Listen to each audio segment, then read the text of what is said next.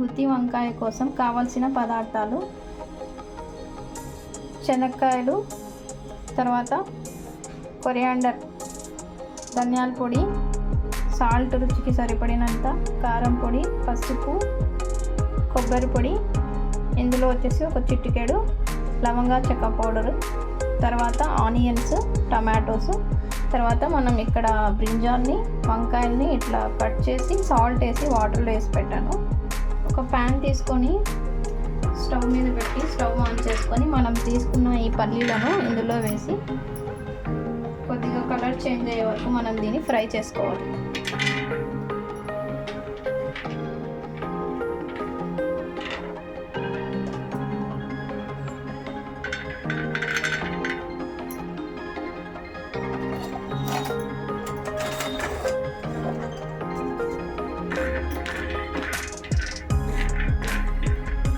ఇలా పల్లీలు colour change అయినాయి కదా, పచ్చి వాసన కూడా వెళ్ళిపోయాయి. ఇలా ఫ్రై చేసుకున్న తర్వాత మనం స్టవ్ ఆఫ్ చేసుకోవాలి. ఇప్పుడు మనం తీసుకున్న ఈ మసాలాలన్నిటినీ మిక్సీ జార్లోకి వేసుకోవాలి. ఈ పల్లీలు కొద్దిగా చల్లారిన తర్వాత దీని పొట్టు తీసి దీన్ని కూడా మనం మిక్సీ జార్లోకి వేసుకోవాలి. ఇలా పొట్టు తీసిన తర్వాత ఇప్పుడు వీటిని కూడా మనం ఈ మిక్సీ జార్లోకి వేసుకోవాలి. ఇప్పుడు మనం వీటిని మిక్సీ జార్లోకి వేసుకున్నాం కదా, ఇప్పుడు వీటిని మనం మెత్తగా అయ్యేలా మనం పేస్ట్లా దీన్ని గ్రైండ్ చేసుకోవాలి. ఇప్పుడు ఇది కాస్త కచ్చాబచ్చగా అయింది. ఇందులోకి మనం తీసుకున్న టమాటోస్ని కూడా వేసుకొని కొద్దిగా అల్లం వెల్లుల్లి పేస్ట్ని కూడా మనం ఇందులోకి వేసుకోవాలి. నేను కొద్దిగా అల్లం వెల్లుల్లి పేస్ట్ కూడా వేస్తున్నాను ఇందులోకి. ఇప్పుడు దీన్ని మనం కొద్దిగా వాటర్ వేసి స్మూత్ పేస్ట్గా చేసుకోవాలి. ఇలా మెత్తగైన ఈ పేస్ట్ని మనం వంకాయల్లోకి స్టఫ్ చేసుకోవాలి. మనం ఆల్రెడీ ఇలా వంకాయస్ని ఇలా మిడిల్లోకి కట్ చేసుకున్నాం కదా, ఇప్పుడు ఇందులోకి మనం ఈ స్టఫ్ని వీటిని దీంట్లోకి మనం స్టఫ్ చేసుకోవాలి.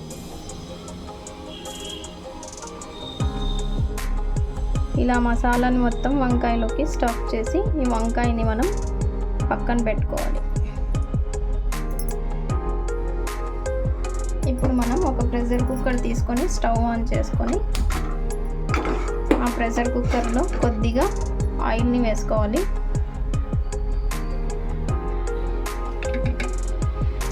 ఇప్పుడు ఒక ప్రెషర్ కుక్కర్ తీసుకొని ప్రెషర్ కుక్కర్ హీట్ అయింది కదా, ఇప్పుడు ఇందులోకి మనం ఒక 4 to 5 టేబుల్ స్పూన్స్ ఆయిల్ని వేసుకోవాలి. ఇప్పుడు ఆయిల్ హీట్ అయిన తర్వాత మనం కట్ చేసి పెట్టుకున్నాం కదా కొన్ని ఆనియన్స్, వాటిని ఇందులోకి వేసుకోవాలి.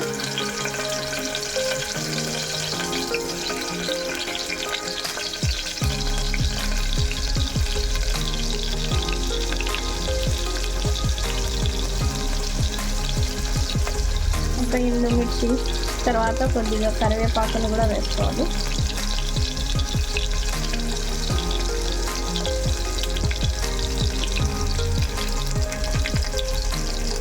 మనం ఇందులోకి స్టఫ్ చేసి పెట్టుకున్నాం కదా వంకాయలు, వాటిని వేసుకోవాలి.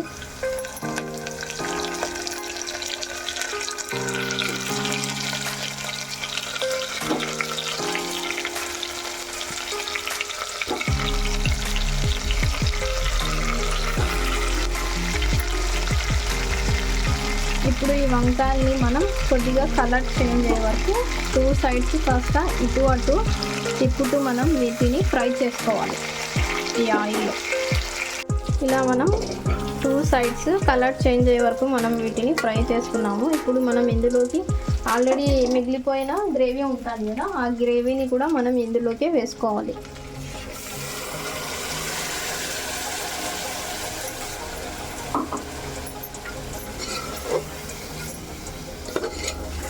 ఇందులోకి మనం కాస్త వాటర్ని యాడ్ చేసుకోవాలి.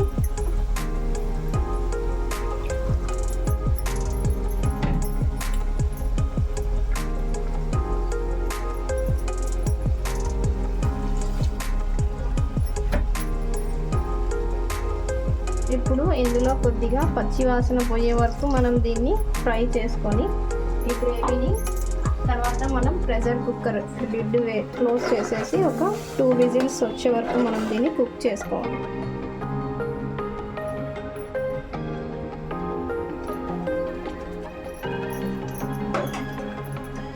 మనం ఇందులోకి కొద్దిగా కొత్తిమీరను కూడా యాడ్ చేసుకుందాం.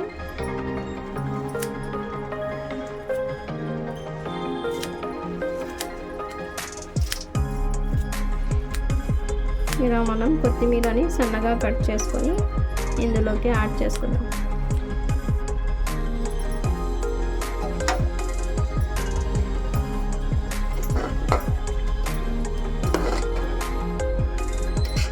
ఇప్పుడు వీటన్నిటిని కలిపి ప్రెషర్ కుక్కర్ లిడ్ తీసుకొని క్లోజ్ చేసేసి 2 విజిల్స్ వచ్చేంత వరకు దీన్ని మనం కుక్ చేసుకోవాలి.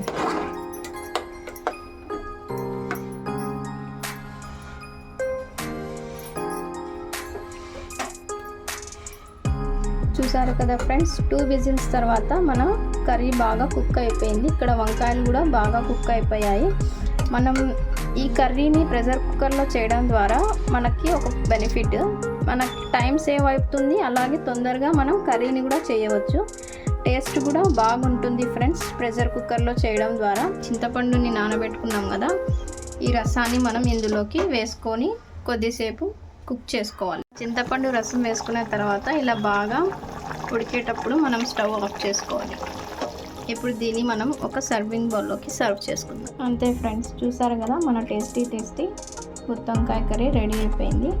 అంతే ఫ్రెండ్స్, చూసారు కదా ఇలా సర్వింగ్ బౌల్లోకి సర్వ్ చేసుకున్న తర్వాత మనం దీన్ని జొన్న రొట్టెలోకి కానీ, రైస్లోకి కానీ, కిచిడీలోకి కానీ మంచి టేస్ట్ ఉంటుంది ఫ్రెండ్స్.